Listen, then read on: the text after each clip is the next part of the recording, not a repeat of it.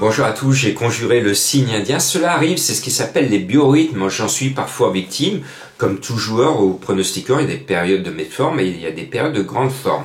Donc, je vais remettre en mouvement la machine à gagner. Le tiercé de ce dimanche avec Hanouma Freedom, ça fait la 3e année qu'il est à l'arrivée de cette épreuve. J'avais remarqué ses belles prestations précédentes parce que j'ai une mémoire d'éléphant. Donc voilà, je vous emmène à Vincennes ce lundi avec un joli petit lot, dont un cheval de prix d'Amérique, puisqu'il l'a couru en début d'année. C'est le 9 Victor Ferme. Il y a 2 Bazir, c'est le meilleur des deux, puisque Balzer di Poggio, qui a le 6, aujourd'hui n'a pas réussi à gagner l'hiver dernier son billet pour l'Amérique. Victor, oui. Donc je dois respecter cette équivalence de classe, où le meilleur sur le papier est le 9. Et puis, je vais mettre un cheval que j'adore, qui ne va pas vous décevoir. C'est le 8 Volota Love. C'est un amour de cheval. C'est mon chouchou. Dojar en a 2. C'est le préféré. Il ne va pas taper loin, ce numéro 8. Donc, en 3e, Balzer di Poggio. Et puis, un autre cheval qui me plaît bien, que j'adore, c'est Décoloration, que j'avais joué, je crois, 1 mois et demi avant sa victoire, tellement j'étais sûr de l'avoir gagné sur les jeux en ligne, où des fois, par moment, on a la possibilité de jouer longtemps à l'avance sur une course. Eh bien, Décoloration m'avait donné raison, ça faisait 2 mois que je savais qu'elle allait gagner. Là, elle nous revient pour un autre bon meeting.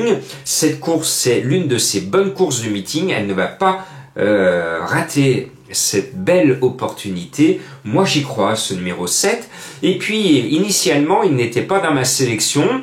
J'avais tout enregistré, j'avais tout fait mes pronos. Et puis, il y a une petite voix qui m'a harcelé en me disant, mais Jean-Marc, t'as pas mis Domingo Della, tu vas pas donner.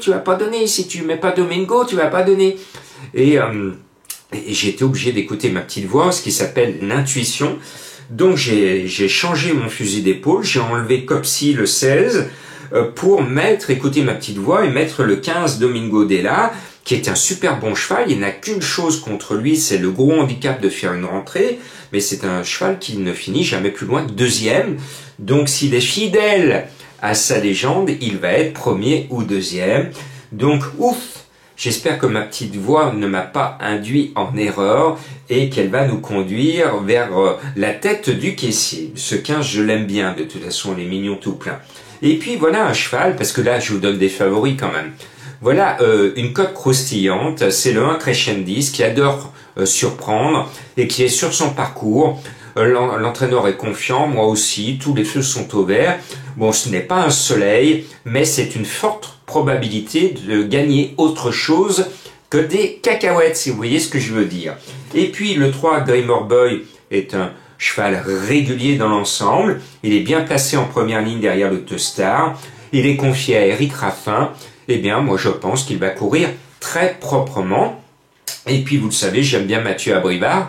Il vaut mieux avoir Mathieu Abrivard sur son ticket que pas sur son ticket. Il est au sulky du 5 Baron d'Edoux, un cheval qu'il aime bien, avec qui il a une certaine réussite.